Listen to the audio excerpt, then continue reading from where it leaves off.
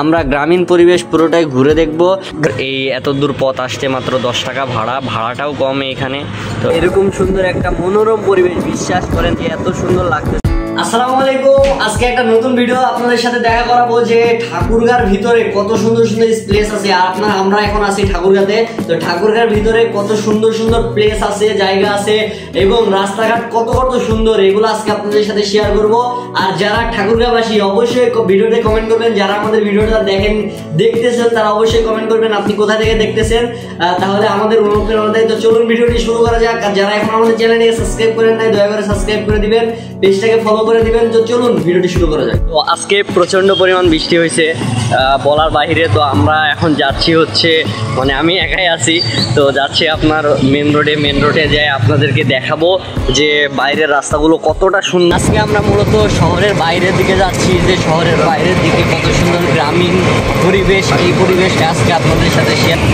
তো দেখেন, এটা হচ্ছে একটা বিখ্যাত জায়গা, সেটা হচ্ছে ঠাকুরগাঁ সেক্টর সদর দপ্তর, আপনার হচ্ছে ব্যাটালিয়ান আর কি, আপনারা যেটাকে বলেন হচ্ছে সীমান্ত প্রহরী, বর্ডার গার্ড বাংলাদেশ।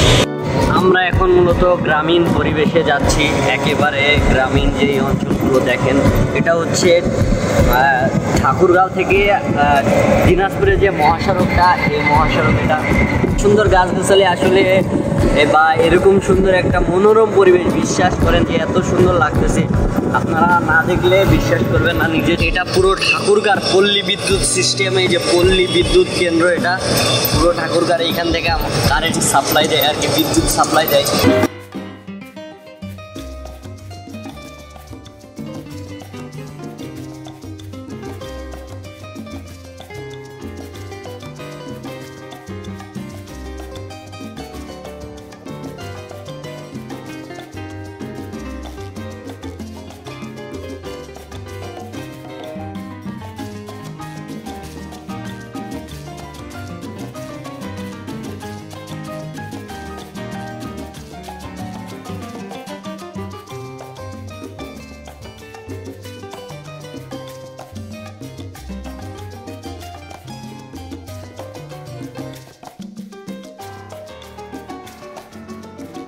গ্রামের দিকে চলে আসছি, একবারে গ্রাম অঞ্চলের দিকে, মানে মেন রোড। আমরা এখন নামবো, সামনের একটা বাজার আছে, তো ছোট খোঁচা বাড়ি, এই বাজারে আমরা নামে ভিতর দিকে যাব এবং দেখবো ভিতরে আরও কত সুন্দর সুন্দর জায়গা আছে।